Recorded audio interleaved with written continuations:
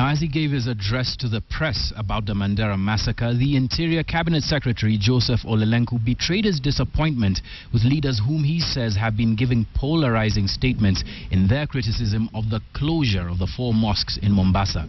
Ole Lenku spoke passionately as the governors of Wajir, Garrisa and Mandera made concerted efforts to assure Kenyans that what happened in Mandera today should not be viewed as a religious war. Here now is how the various leaders view what happened this morning.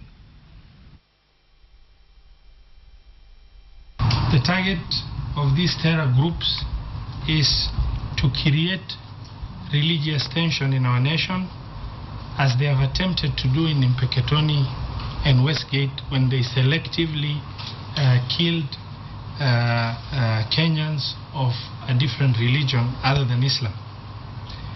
It is not any different from what has happened this morning in Mandera.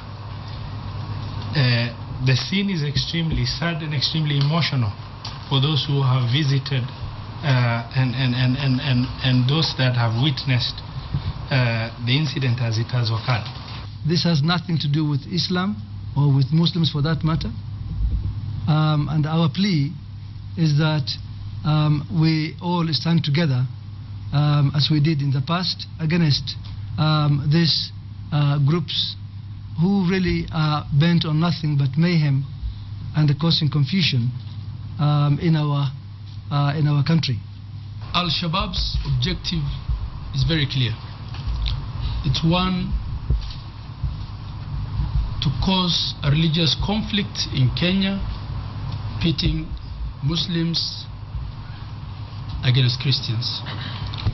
We have witnessed time and time again insightful statements from our leaders. We have seen leaders coming out to try and incite Kenyans on religious lines.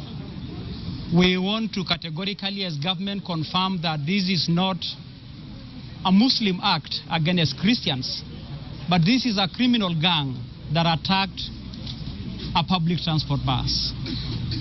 But for those leaders who time and time again has continued to masquerade as defenders of citizens' rights, and specifically the freedom of worship and right to religion, which is well entrenched, enshrined in our constitution, we want to say the government will safeguard that right.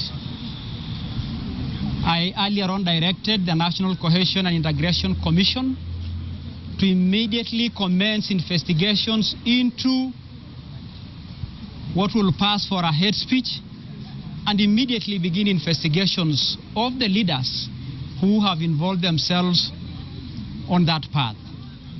We urge Kenyans to continue maintaining their peace because the government is pursuing the criminals, and no Kenya should raise his finger against one another because the government will protect Kenyans.